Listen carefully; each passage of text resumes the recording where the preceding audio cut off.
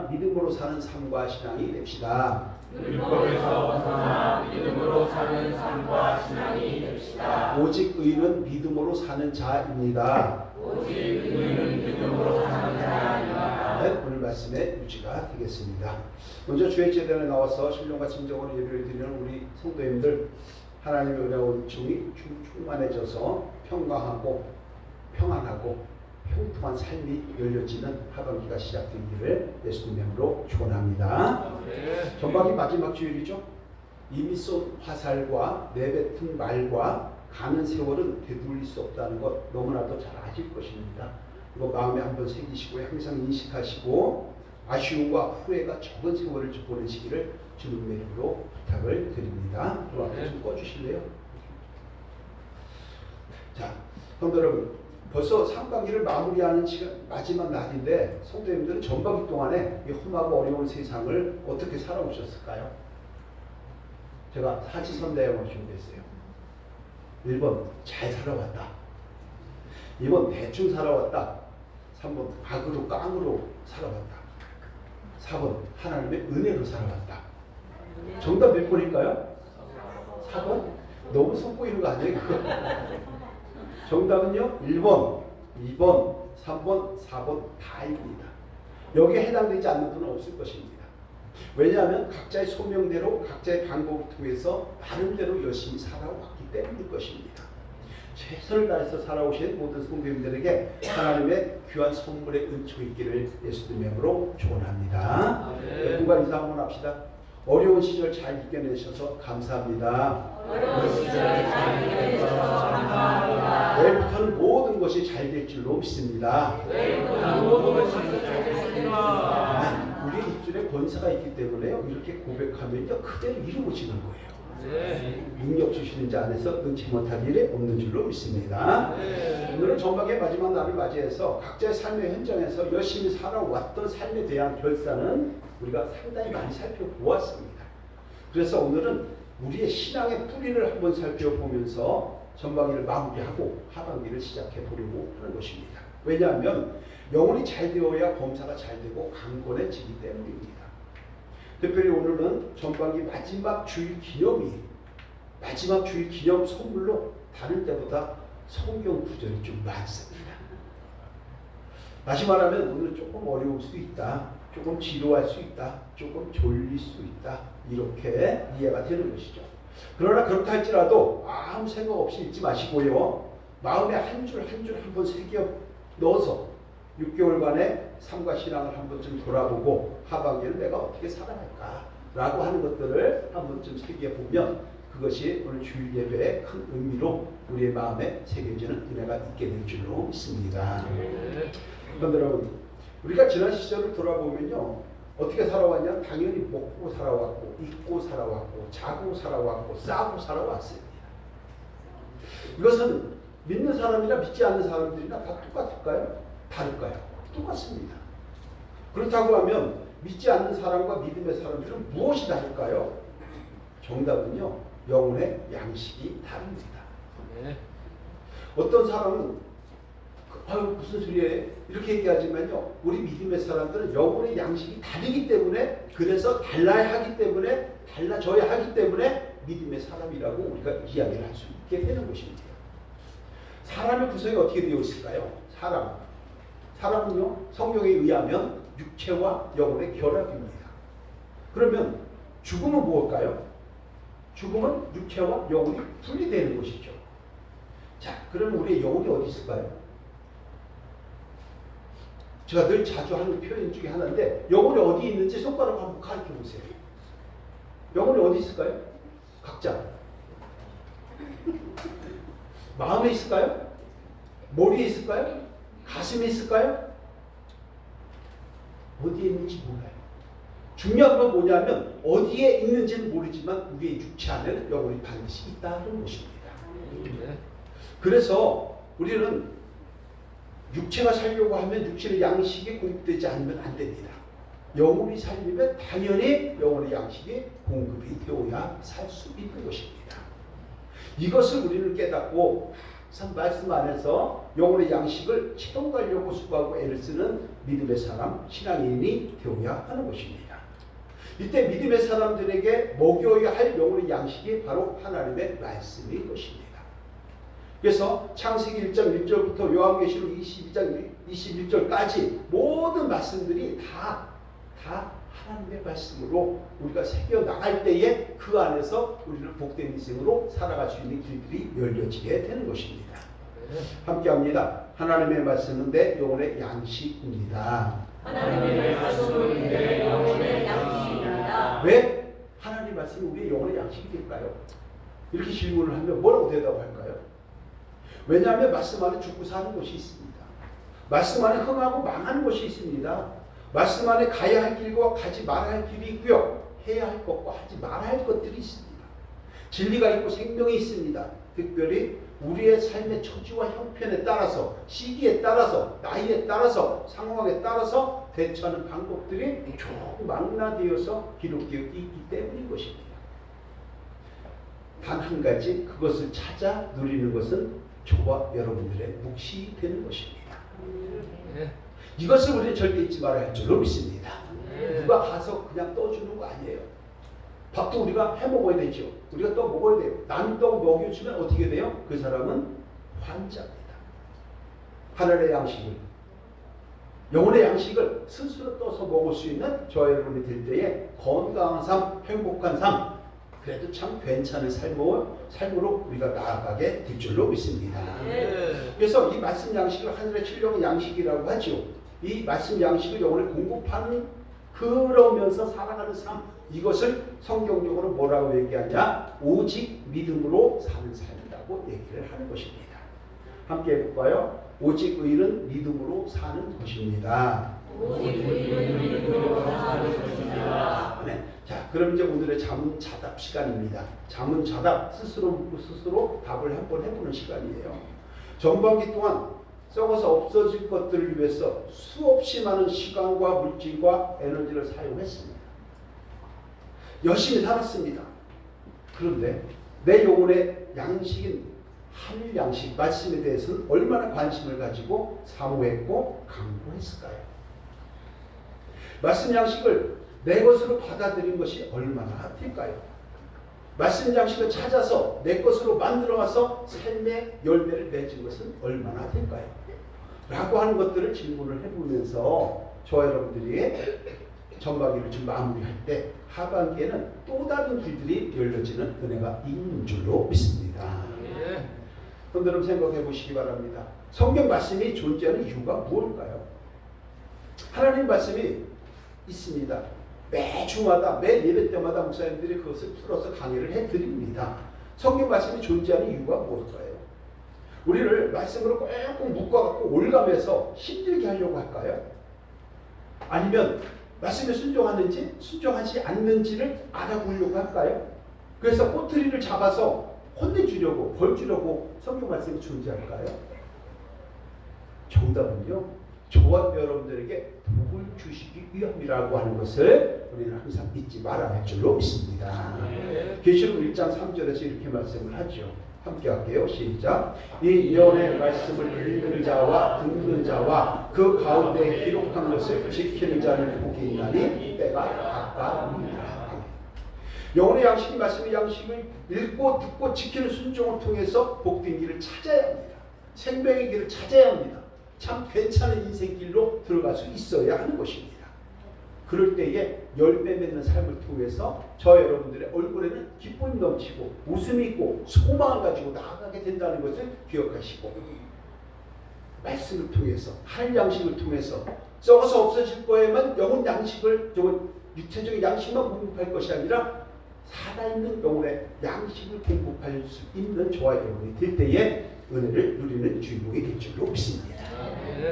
그래서 로마서 1장 17절에서 얘기하고 하박구서 2장 4절에서도 얘기하는데, 먼저 하박구서 2장 4절을 보도록 합니다. 시작. 오직 의인은 믿음으로 말미암아 살리라. 로마서 1장 17절입니다. 시작. 복음에는 하나님의 의가 나타나서 믿음으로 믿음에 이르게 하나니 기록된 바 오직 의인은 믿음으로 말미암아 살리라 함과 같으니라.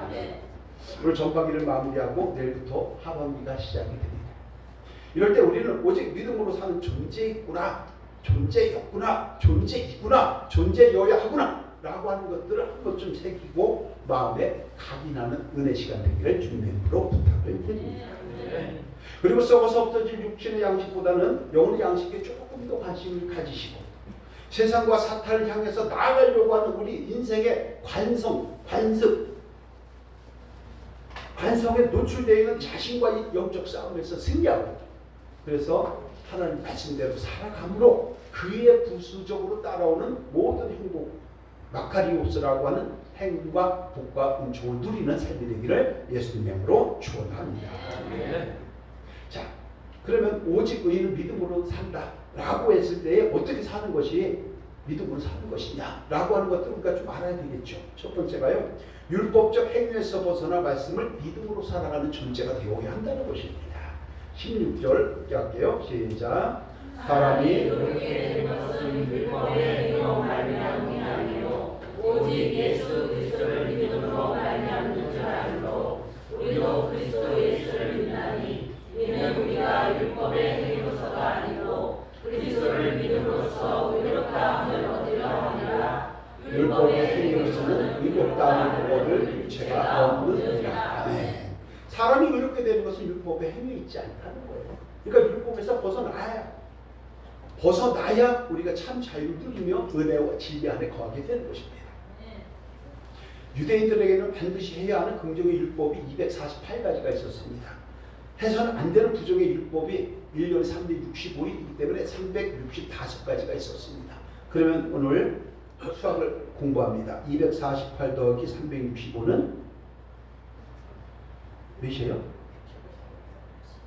다시 할게요. 248 더하기 365는 우리 교회 솔직히 이거밖에 안 돼. 총 613개입니다. 총 613개의 율법이 있었는데요. 여기서 우리가 한번 생각해 봐야 될 것이 뭐냐면 당시에나 지금이나 이거 모든 거 다 지킬 수 있는 사람이 있을까요? 없을까요? 있을까요? 없을까요? 없습니다. 그래서 로마서 3장 10절에서 의인은 없나니 하나도 없다고 성경 분명히 기록을 하는 거예요. 그런데 여러분, 모든 사람은 다 죄인입니다. 의인이 될 수 없습니다. 그런데도 불구하고 저와 여러분들은 하나님께서 택해 주시고 불러주셨습니다. 그리고 십자가의 보혈로 인해서 구원이라고 하는 엄청난 선물을 주셨다는 것입니다. 그러니 우리는 항상 감사, 또 감사, 그리고 또 감사할 수 있는 저와 여러분이 되어야 할 줄로 믿습니다. 감사부터 모든 인생이 시작되어야 하는 것입니다. 그런데 현실에서는 어떻습니까? 우리는 아직도 율법적인 신앙을 가지고 있거나 때로는 율법적인 생각에 머물러 있으면서 그래도 난 신앙생활 잘한다고 생각을 해요. 그러면서 믿음이 충만하다고 착각할 때가 너무나도 많아요. 율법에 매이지 않는 저와 여러분이 되어야 합니다. 그리고 그리스도의 사랑과 은혜로 채워지는 저와 여러분이 되어야 할 줄로 믿습니다. 그 안에 자유가 있어야 하는 것입니다. 성도님들, 자유가 무엇입니까? 자유. 내 마음대로 내 멋대로 하는 게 자유일까요? 그렇지 않아요. 근데 자유가 뭐라고 물어보면 쉽지 않아요. 제가 간단하게 설명을 해드릴게요. 율법에서 벗어나고 우리가 세상을 살아갈 때 자유가 있는데 자유의 기본은 뭐냐면 행위의 1차적 결과가, 잘 들으세요. 이거 원고에 없는 거지만 행위의 1차적 결과가 나한테도 오고 타인한테도 올 수가 있어요. 그렇죠? 행위의 1차적 결과가 나한테 오는 것은 상관없어요. 타인에게 하는 경우는 두 가지가 있어요. 내가 행하는 결과가, 행위의 결과가 다른 사람들한테 기부를 하거나 힘든 사람을 보살펴 주거나 보듬어 주거나 할 수가 있죠. 선한 영향입니다. 그런데 행위의 1차적 결과가 타인에게 주되 타인의 자유를 침범하는 것은 자유가 아니라는 거예요. 이해가 되시는 줄로 믿습니다. 그러니까 행위의 1차적 결과가 나에게 오는 건 상관이 없지만 다른 사람들에게 갈 거는 두 가지인데 하나 선한 영역은 상관이 없지만 그렇지 않고 그 사람을 힘들게 만들고 피곤하게 만들고 그 사람의 자유를 침범하는 것은 자유가 아니다 라고 정의가 되는 거예요. 이게 존 스튜어트 밀의 자유론에 나오는 책의 일부가 되는 것이죠. 그런데 마찬가지예요. 우리가 율법의 신앙에 있어서 벗어나야 합니다. 그러나 자유를 누려야 합니다. 그런데 그 자유는 지금 말씀드린 행위의 결과가 다른 사람들에게 피해가 주는 결과라면 그것은 자유가 아니다 라고 하는 걸 생각하고 믿음의 공동체, 가정 공동체, 교회 공동체를 운영해 나가시기를 주님의 이름으로 부탁을 드립니다. 여러분, 모세를 통해서 하나님께서 율법을 주셨죠. 율법을 주신 목적이 무엇입니까? 아까 말씀드린 것처럼 혼내주려고요, 건수 잡으려고요, 벌 주려고 절대 아닙니다. 갈라디아서 3장 24절에서는 율법에 대한 목적을 이렇게 얘기합니다. 함께 할게요. 시작. 이같이 율법이 우리를 그리스도께 인도하는 초등교사가 되어 우리로 하여금 믿음으로 말미암아 의롭다 하심을 얻게 하려 함이라. 아멘. 의롭다함을 얻게 하기 위하여 율법 주셨다는 거예요. 자, 로마서 3장 20절입니다. 시작. 그러므로 율법의 행위로는 그의 앞에 의롭다 하심을 얻을 죄가 없나니 율법으로는 죄를 깨달음입니다. 아멘. 자, 한마디로 정리하면요, 율법을 주신 목적은 우리를 혼내게 하시는 것이 아니고 그것이 죄구나 라고 하는 것을 깨닫게 하는 것과 그리스도를 믿음으로 의롭게 되어서 구원받게 인도해주는 초등학교 선생의 역할을 감당한다고 말씀을 하는 것입니다. 그래서 사도 바울이 율법에 대한 정의를 우리 사람들마다 다 물어보면 잘 대답을 못할 거 아니에요? 그래서 사도 바울이 로마서 3장 28절에서 딱 이렇게 정리를 했습니다. 우리 함께 할게요. 시작. 사람이 의롭다 하심을 얻는 것은 율법의 행위에 있지 않고 믿음으로 되는 줄 우리가 인정한다. 아멘. 율법에 매이지 마세요. 은혜와 진리 안에 매이세요. 그것이 우리 신앙인들이 살아가는 최대한의 행복이요, 최대한의 복권회가 되는 줄로 믿습니다. 자, 여기서 아주 중요한 것이 있습니다. 우리 의인은 믿음으로 의롭게 된다는 것을 수없이 이야기를 합니다. 그런데도 아직도 우리는 율법적 신앙에 매일 때가 너무나도 많다는 것입니다. 자, 그러면 율법적인 신앙은 뭘까요? 율법적인 신앙 간단히 말해볼게요. 바리새인처럼요, 외적으로는 사람에게 보이려고 구제하는 것, 외적으로 사람에게 보이려고 기도하는 것, 외적으로 사람들에게 보이려고 금식하는 것, 이런 것들 얘기해요. 내적으로는요, 남을 정죄하려고 하는 마음, 남을 비판하려고 하는 마음, 시기하고 질투하는 마음, 교만하고 오만한 생각과 그런 행동을 이야기한다고 말씀을 합니다. 그런데 이렇게 위선적이고 허울뿐인 신앙을 가진 사람에게 왼쪽으로 나타나는 현상이 몇 가지가 있어요. 뭐냐 하면 조금 칭찬을 해주면요, 뽕이 그냥 올라가요. 그래서 교만한 자리에 갑니다. 교만한 자리에 앉아서 자기가 평가만 하려고 해요. 섬김을요, 받으려고만 해요. 주님은 말씀하시기를 섬기는 자가 되라고 했어요. 그렇죠? 근데 나는 손 하나 까딱 안 하고 섬김만 받으려고 해요. 이거 바리새인적 신앙이라고 성경은 얘기합니다. 다른 사람 섬기지 않습니다. 특별히 타인에게 이렇게 해야 돼, 저렇게 해야 돼, 이렇게 해, 저렇게 해 말을 합니다. 그런데 본인은 절대 움직이지 않습니다. 입만 움직입니다. 자기 자신의 눈에 있는 들보 생각 안 합니다. 그리고 뭐예요? 남의 눈에 있는 작은 띠클만 후벼 파요. 띠클 하나를 찾아내서 비판하고 정죄합니다. 예수는 바로 이런 것들이 위선적인 신앙이요, 율법적인 신앙이라고 성경은 말씀하고 있다는 것입니다. 이것을 전문용어로 뭐라고 할까요? 내가 하면 뭐죠? 내가 하면? 남이 하면? 이거를 한문으로 사자성어로 하면? 그게 한문이에요? 네덜란드의 한문이에요? 한문이지. 한글로는 아시타비 이렇게 얘기하죠. 아시타비. 여러분, 사람은 누구도 율법의 행위로 의인이 될 수 없습니다. 율법 자체는 중요하지만 율법의 기능은 죄를 깨닫게 하는 것입니다. 그리고 우리를 십자가로 인도하시는 역할을 하는 겁니다. 그래서 우리는 은혜와 진리 안에 거하는 하나님의 권속들이 되어야 할 줄로 믿습니다. 그런데 한 가지 생각하지 말아야 될 것은, 그러면 율법이 폐지되었나? 율법이 이제는 끝난 거 아닌가? 이렇게 생각할 수도 있을까요? 없을까요? 생각할 수 있어요. 그런데요, 그것이 아닙니다. 마태복음 5장에서 산상수를 통해서 5장 17절에서 말씀을 하지요. 이렇게 얘기합니다.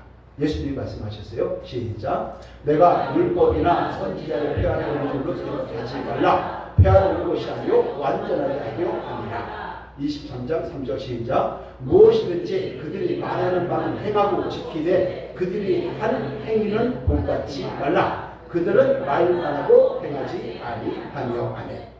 말만 하고 행하지 않는다는 거예요. 이거 그러지 말라는 얘기예요. 여러분, 이 말을 정리하면 율법을 통해서 주를 깨닫고 그리스도를 통해서 은혜와 사랑을 실천하는 자가 되라. 이 얘기를 하는 것이죠. 약자입니다. 믿음은 삶에서 실천하는 것입니다. 믿음은 삶에서 실천하는 것입니다. 예배가 끝나면 삶이 열리고 삶이 닫히면 예배가 시작됩니다. 삶이 닫히면 예배가 시작됩니다. 아멘. 한 번에 갑니다. 시작. 예배가 끝나면 삶이 열리고 삶이 닫히면 예배가 시작됩니다. 늘 삶과 신앙이 함께 가야 된다는 얘기예요.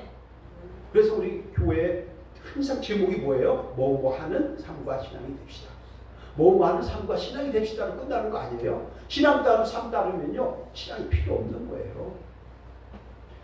말씀을 듣고 실천하지 않으면 그것은 말씀을 아는 것이 아니고 삶에 열매가 없으면 모든 것이 다 헛된 것이라고 하는 것을 인식하시고 율법적 신앙에서 좀 벗어나서 믿음으로 살아가는 저와 여러분이 되시기를 예수님의 이름으로 축원합니다. 자, 이제 두 번째, 그리스도의 말씀을 믿음으로 구원의 복을 누리라고 말씀을 하는 것인데요. 16절 함께 할게요. 시작. 사람이 이렇게 되는 것은 율법의 행위로 말미암음이 아니요 오직 예수 그리스도를 믿음으로 말미암는 줄 알므로 우리도 그리스도 예수를 믿나니 이는 우리가 율법의 행위로서가 아니고 그리스도를 믿음으로써 의롭다함을 얻으려 함이라. 율법의 행위로서는 의롭다함을 얻을 일체가 없느니라. 아멘. 다 이해가 되시는 줄 믿습니다. 수준이 있으니까요. 그런데 사람이 율법의 행위로는 의인이 될 수가 없다. 의인이 되는 방법은 오직 그리스도를 믿는 것뿐이다. 그러니 무엇을 믿으라는 얘기예요? 무엇을 믿으라는 얘기예요? 그리스도의 말씀을 믿으라는 것입니다. 그래서 로마서 10장 17절에서 우리에게 이렇게 말씀을 하는 것이죠. 함께합니다. 크게 시작. 그러므로 믿음은 들음에서 나오며 들음은 그리스도의 말씀으로 말미암았느니라. 아멘. 자, 그리스도의 말씀을 믿으라는 거예요. 그럼 뭘 믿어야 되는 거죠? 그 안에 내용이 알아야 되죠. 그 내용이 뭐냐면요. 그리스도의 5대 사역이 있고 지상 사역이 있습니다. 그리스도의 5대 사역은 뭐냐면 성육신한 거, 십자가에서 죽는 거, 부활한 거, 승천한 거, 마지막 재림하는 거. 이걸 믿으라는 거예요. 그리고 또 한 가지 지상에서의 사역, 기적을 베풀고 힘든 자를 돌봐주고 제자를 삼았고 하나님 나라가 확장되어 가는데 크게 활약했던 이 모든 것들을 믿으라고 말씀을 하는 것입니다. 여러분, 왜냐하면요 요한복음 5장 39절과 46절에서 이렇게 말씀하고 있기 때문인데요. 이제 잘 들으셔야 돼요. 잘. 39절 시작. 너희가 성경에서 영식을 보는 줄 생각하고 성경을 연구하거니와 이 성경이 곧 내게 대하여 증언하는 것이다. 아멘. 예수님이 말씀하시는 거예요. 이 성경이 곧 내게 대하여 증언하는 것이다. 자, 5장 46절 시작. 모세를 믿었더라면 또 나를 믿었으리니 이는 그가 내게 대하여 기록하였습니다. 아멘. 자, 예수님이 태어나기 1500년 전에 모세를 통해서 기록한 것이 누구를 위해 자기를 위해 기록한 것이라고 성경은 말씀합니다. 바꿔 얘기하면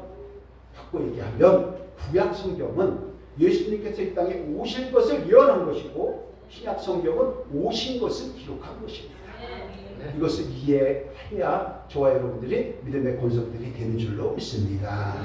그럼 여러분, 그래서 그리스도의 말씀을 믿으라고 하는 것은 바꿔야 얘기하면 신구의 모든 성경이 그리스도를 통해서 초점이 맞춰져 있고 그것을 통해서 우리가 구원을 얻었으니 지금 여기에서부터 구원의 복권을 누리며 살되 자유를 누리며 살되 바리새인처럼 행동하지 말고 율법에서 벗어나고 자유 안에서 그리스도 안에서 살아갈 때에 복된 인생이 된다고 말씀을 하고 있는 것입니다. 그래서 저와 여러분들이 구원받은 백성인데 구원받은 것을 에베소서 2장 8절 9절에서 이렇게 말씀을 합니다. 아주 소중한 말씀이에요. 시작. 너희는 그 은혜에 의하여 믿음으로 말미암아 구원을 받았으니 그것은 너희에게서 난 것이 아니요 하나님의 선물이라. 아니라 행위에서 난 것이 아니니 이는 누구든지 살아가지 못하게 하려 함이라. 네. 자, 거꾸로 가볼게요. 우리가 구원받은 것이 행위에서 났다는 거예요? 아닌 거예요? 행위에서 나지 않았다는 거예요. 근데 우리가 선물이라고 하는 것은 우리가 값을 치르는 거예요? 안 치르는 거예요? 값을 안 치르고 받는 게 선물이죠. 선물 받았다는 거예요. 근데 구원을 받았다고 얘기하죠. 뭘 두다가? 믿음으로 말미암아. 근데 믿음은 뭐예요? 뭐에 의해서 주어진 거예요? 은혜에 의해서. 그러면 묻습니다. 이제 우리가 믿음으로 구원받았을까요? 은혜로 구원받았을까요? 네? 여기는 믿은 이렇게 하는데 여기는 여기는 은혜. 자, 다시 한번 묻습니까? 우리가 믿음으로 구원받았을까요? 은혜로 구원받았을까요? 은혜로 구원받은 거예요. 그러니까 믿음으로 구원받았다고 하면 잘못된 거예요. 왜냐하면 어떤 사람은 믿음이 이만큼이고 어떤 사람은 요만큼이에요. 그러면 이만큼 있는 사람은 구원받고 이만큼 있는 사람은 구원 못 받나요? 차별적이죠. 그렇죠? 그래서 얘기를 하는 거예요. 너희는 그 은혜에 의하여 믿음으로 말미암아 구원을 받았으니 너희에게서 난 것이 아니고 하나님의 선물이라는 거예요. 저와 하나님께서 저와 여러분들을 사랑해 주셔서 택하여 주셔서 하나님의 선물을 주신 줄로 믿습니다.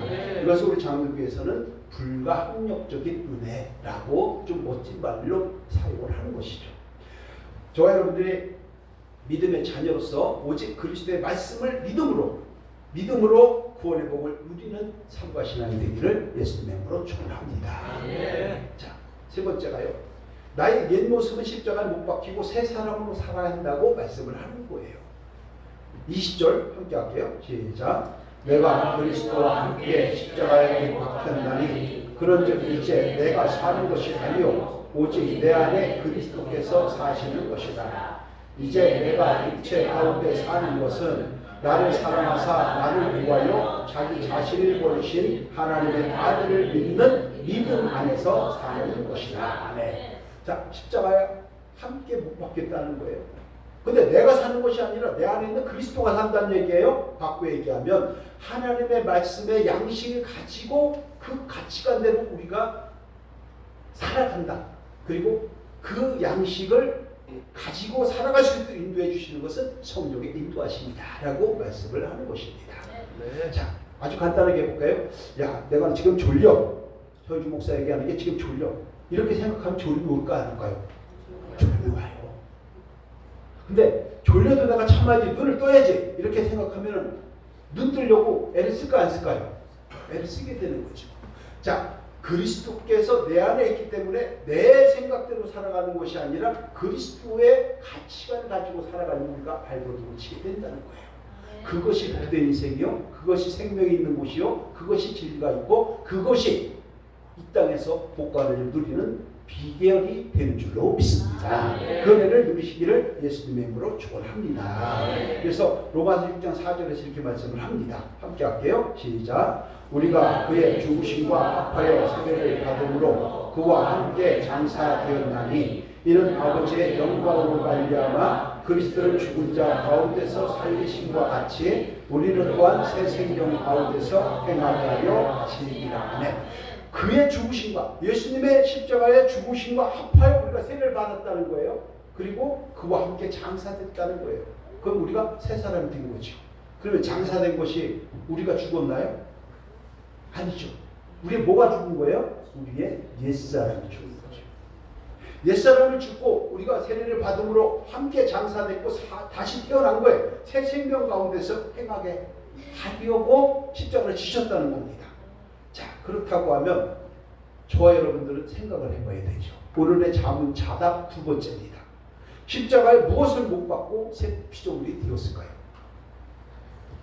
우리의 최악한 옛 모습을 다 십자가에 못 박아야 되는데 정말 다 버렸습니까? 십자가에 다 못 박아 버렸습니까? 혹여 남아있는 것은 없을까요? 만약에 다 버리셨다면요, 우리 일상생활에서 어찌하여 우리가 교만해질까요? 다 버렸다면 어째서 우리가 오만불선할까요? 어째서 우리가 정죄와 비판을 일삼고 있을까요? 어째서 우리는 항상 뒷담화를 하고 있을까요? 어째서 화를 내고 혈기가 나고 분노를 내고 시기와 질투가 가득 차고 주님이 말씀하시는 화목과 용서와 화평과 관용 같은 것은 없을까요? 이렇게 한번 생각해 봐야 하는 것입니다. 그런데 여러분, 우리는 다 연약합니다. 무너지기 쉽습니다. 누구나 다 거칠 돌이 되기 쉽습니다. 사탄의 먹잇감이 되기 쉽습니다. 그래서 십자가에서 죽은 줄 알았던 우리 옛 모습이 하루에도 두더지 잡기식으로 끊임없이 올라오는 거예요.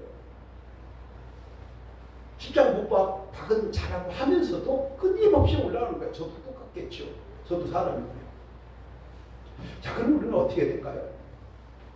내면에 자리 잡고 있는 죄성을 끊임없이 내려놓고 또 내려놓으려고 우리는 발버둥을 쳐야 하는 것입니다. 그것이 성화의 과정입니다. 우리 마음에 있는 교만과 허영과 필요 없는 쓸데없는 자존심 같은 거 다 휴지통에 버려야 합니다. 특별히 우리 안에는 쓸데없이 자리 잡고 있는 고집이 있어요. 자기가 최고인 것으로 알고 있는 아집이 있어요. 편견이 있어요. 고정관념이 있어요. 확증 편향이 있어요. 비워내고 또 비워내려고 우리가 애를 써야 하는 것입니다.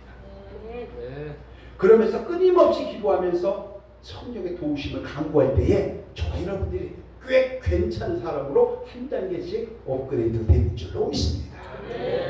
그런데 여러분, 오직 의인은 믿음으로 산다는 것은 바로 그리스도와 연합되어서 나를 십자가에서 죽이는 것을 이야기하는 것입니다. 특별히 나이가 들어갈수록요, 세 가지를 하라고 얘기를 합니다.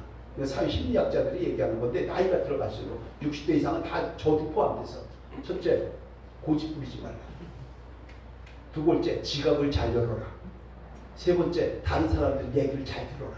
그러면 누군가 편안하대요. 60대 이상 지갑 잘 여시길 바랍니다. 그런데 여러분, 이제 우리의 마음을 살펴서 그리스도의 가치관과 맞지 않는 것이 또 올라온다면 모두 다 십자가 못 받고 다시 이제 하반기에는 좀 더 괜찮은 우리 그리스도인, 괜찮은 집사님, 괜찮은 목회자, 괜찮은 장로님, 괜찮은 우리 권사님, 그래서 우리 교회가 조금 더 화목하고 화평하고 꿈과 비전을 다시 회복해서 앞으로 전진해 나가는 저와 여러분 되시기를 예수님의 이름으로 축원합니다. 이것이 바로 율법에서 벗어나 믿음으로 사는 삶과 신앙이 되는 줄로 믿습니다. 자, 마지막 아주 짧아요. 내 안에 그리스도가 살아야 내가 산다는 것을 알아야 한다는 거예요. 우리 보면 20절 다시 한번 합니다. 시작. 내가 그리스도와 함께 십자가에 못 박혔나니 그런즉 이제 내가 사는 것이 아니요 오직 내 안에 그리스도께서 사시는 것이라. 이제 내가 육체 가운데 사는 것은 나를 사랑하사 나를 구하여 자기 자신을 버리신 하나님의 아들을 믿는 믿음 안에서 사는 것이라. 아멘. 자, 이 말 뭐예요? 그리스도의 가치관을 나타내라 이거잖아요. 십자가를 통해 나타난 그리스도의 가치관 뭐예요? 사랑과 자비죠. 용서와 관용이죠. 겸손과 위로죠. 오만하지 않고 교만하지 않는 거죠. 남을 나보다 낫다고 높여주는 거죠. 그래서 죽음과 사망과 권세를 이기고 부활하신 주님을 바라보면서 절망하지 않고 소망을 갖는 것이죠. 열정과 비전을 회복하는 것이죠. 이런 것들이 바로 그리스도인들이 의인은 믿음으로 말미암아 산다는 의미가 포함된다는 걸 기억하시고, 내 안에 그리스도가 산다는 것을 바꿔 얘기하면 지금 말씀드린 그리스도의 가치관이 나타나는 삶으로 나아가라 이 말씀을 하는 겁니다. 내 안에 그리스도가 살아 내가 산다는 것을 다시 한번 인식하시고 그리스도와 함께 살아가는, 그래서 동행의 복을 통해서 참 멋진 삶이 되고 멋진 사업장이 되고 멋진 가정 되고 멋진 부부들이 되시고 특별히 살아가는 자녀들이 되기를 예수님의 이름으로 축복합니다. 오늘 말씀 결론입니다. 우리는 믿음의 사람들입니다. 세상의 양식과 율법의 양식에서 벗어나야 합니다. 믿음의 양식을 가지고 살아가는 존재라고 하는 것을 잊지 말아야 합니다. 네 가지를 정리해봤습니다. 1, 2, 3, 4 시작. 율법적인 삶에서 벗어나 믿음으로 살아야 합니다. 그리스도의 말씀을 믿음으로 구원의 복을 누려야 합니다. 나의 옛 모습은 십자가에 박히고 새 사람으로 살아야 합니다. 내 안에 그리스도가 살아야 내가 산다는 것을 알아야 합니다. 그래서 우리는 어떻게 될까? 이렇게 해야 합니다. 시작. 율법에 매이는 삶이 아니라 그리스도의 말씀을 믿음으로 구원의 복을 지금 여기에서부터 누리는 삶과 신앙이 되어야 합니다. 나의 옛사람은 십자가에 분명히 못 박혀 죽은 것을 잊지 말고 새로 태어난 새 피조물, 새 사람답게 살아야 합니다. 그 결과 내 안에 거주하는 성령의 인도하심에 따라 복된 삶과 신앙이 되어야 합니다. 아멘. 이렇게 되기를 예수님 이름으로 축원합니다. 기도합니다. 하나님의 은혜를 감사합니다. 오늘 전반기를 마무리하면서 우리의 신앙적 측면을 살펴보게 하시니 감사를 드립니다. 죄인에서 의인된 하나님의 권속들이 오직 의인은 믿음으로 사는 존재라는 것을 인식하여 하나님의 말씀에 순종함으로 복되고 은혜로운 하반기를 시작하게 하여 주옵소서. 예수님의 이름으로 기도드립니다.